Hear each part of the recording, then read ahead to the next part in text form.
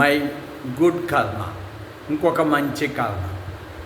నేను 1994లో సూసైడ్కి అటెంప్ట్ చేసినప్పుడు మానసిక డాక్టర్లు వాళ్ళ వల్ల కాదండి ఇంకో ఫ్రెండు సిద్ధ సమాధి యోగాలో స్టూడెంట్గా జాయిన్ చేశారు.